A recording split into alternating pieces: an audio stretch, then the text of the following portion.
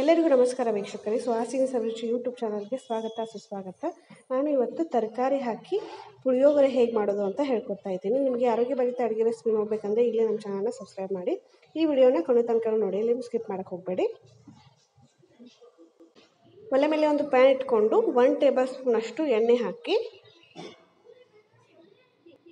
ಎಣ್ಣೆ ಕಾದ ನಂತರ 3/4 ಟೀ ಸ್ಪೂನಷ್ಟು ಸಾಸಿವೆ ಹಾಕ್ಕೊಳ್ಳಿ, ಮತ್ತು 3/4 ಟೀ ಸ್ಪೂನಷ್ಟು ಜೀರಿಗೆ ಹಾಕಿ, ಆಮೇಲೆ ಸ್ವಲ್ಪ ಕರಿಬೇವು ಹಾಕ್ಕೊಳ್ಳಿ, ಆಮೇಲೆ ಚಿಕ್ಕದಾಗಿ ಹೆಚ್ಚಿರೋವಂಥ ಕ್ಯಾರೆಟ್ ಹಾಕ್ಕೊಳ್ಳಿ.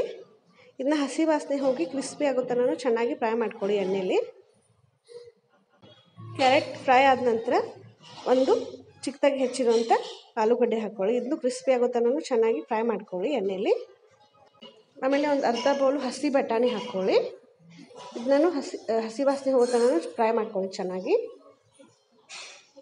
ಈಗ ಚಿಕ್ಕದಾಗಿ ಹೆಚ್ಚಿರುವಂಥ 1-2 ಟೊಮೆಟೊ ಹಾಕ್ಕೊಳ್ಳಿ.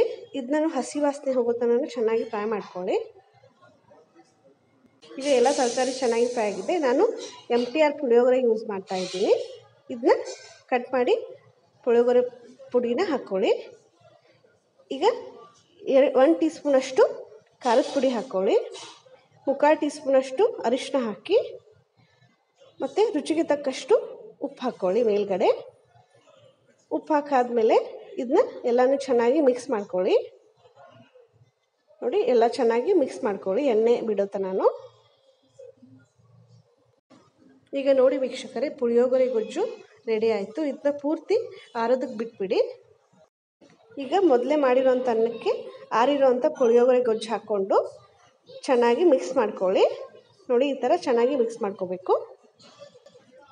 ಈಗ ಪುಳಿಯೋಗರೆ ಗೊಜ್ಜು ರೆಡಿ ಆಯಿತು.